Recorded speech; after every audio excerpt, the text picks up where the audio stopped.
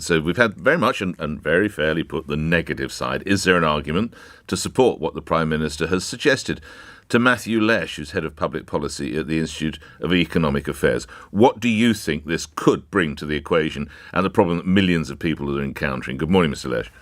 Yeah, good morning. I mean, I think what we've seen from the Passport Office and the DVLA over the last couple of years is quite frankly a lot of slacking off, particularly at the DVLA, where there were reports about staff bragging about sitting at home watching Netflix on full pay. Now, I think privatisation shouldn't necessarily be used as a stick. If there's a good case for privatisation, I think there could be a good case for privatisation. We should get on with it. And the reason why we should do it, I mean, what we're really talking about here is outsourcing service delivery to a private company. And you could do that in such a way where you incentivize them. You say, if you turn around a passport in 10 weeks, you get additional pay. If you're too slow, you don't get paid for the service. You could bring in competition. You could have multiple providers of passports and licenses. That means that customers get a choice of where they're getting it from.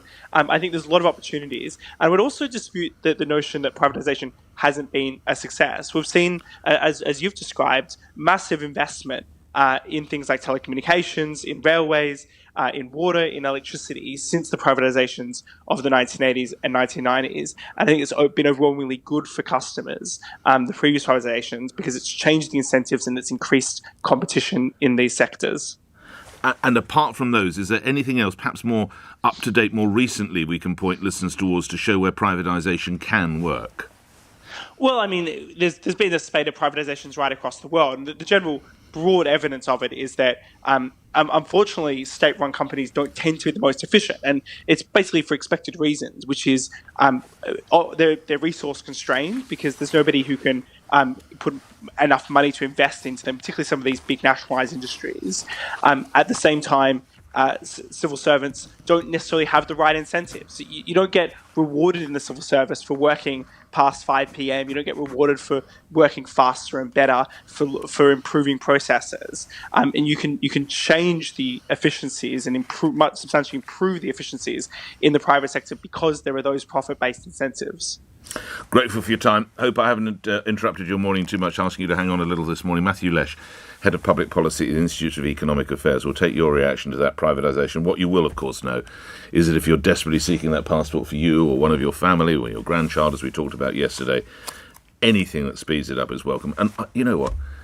What needs to happen is whoever runs the passport office, if you're working from home today, and you're in the passport office, where presumably there's enormous danger of data being passed because of the data protection, get into the office. It is that simple. We've got millions of people waiting for passport. Certainly, I would imagine hundreds, if not thousands, of people inconvenienced because they haven't got their passports.